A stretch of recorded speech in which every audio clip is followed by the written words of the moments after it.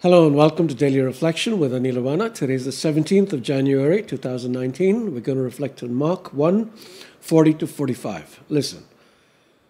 A leper came to Jesus begging him, and kneeling he said to him, "If you choose, you can make me clean."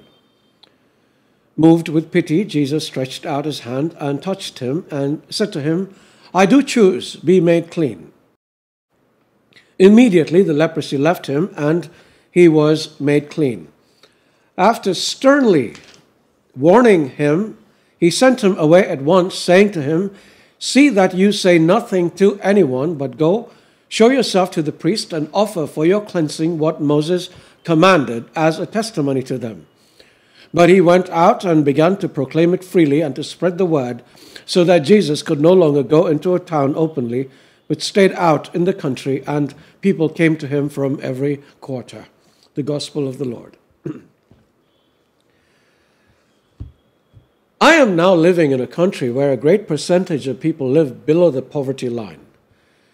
There is also, despite years of efforts in trying to eradicate it, a prevailing caste system, and although this is not very visible in the cities, it is still very prevalent in rural areas.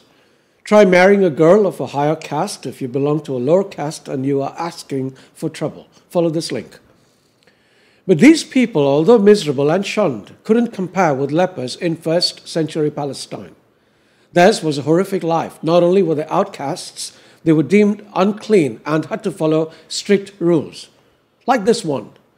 The person who has the leprous disease shall wear torn clothes and let the hair of his head be disheveled, and he shall cover his upper lip and cry out, "Unclean, unclean."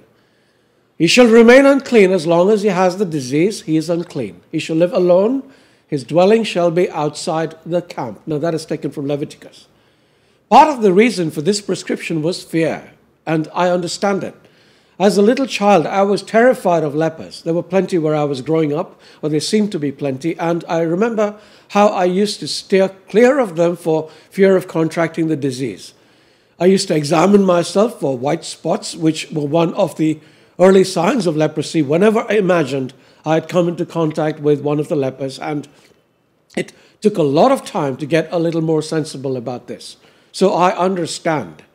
But I also understand how it feels on the other side, how the leper felt, because like everybody, I have also felt rejected, and that is also terrifying. To live in isolation, to live unloved, that is how the leper lived. But he eventually found a cure, and I realized that his story is a story for all of us who may not have the physical disease of leprosy, but have the spiritual sickness of sin, which also makes us unclean. So how did the leper work it out? One, he understood he was a person with great need. He needed to be made clean and was holding out for a cure, although there was nothing in sight. Two, he made a discovery that there was somebody called Jesus who was going about healing the sick by the hundreds. And three, and most importantly, he realized who Jesus was, because kneeling before him, he said, "If you choose, you can heal me." And of course, Jesus chose to heal him. Do you know that you are in great need of salvation? Have you discovered Jesus? Have you realized who he is? Then go to him and tell him to make you clean, because he will. God be with you.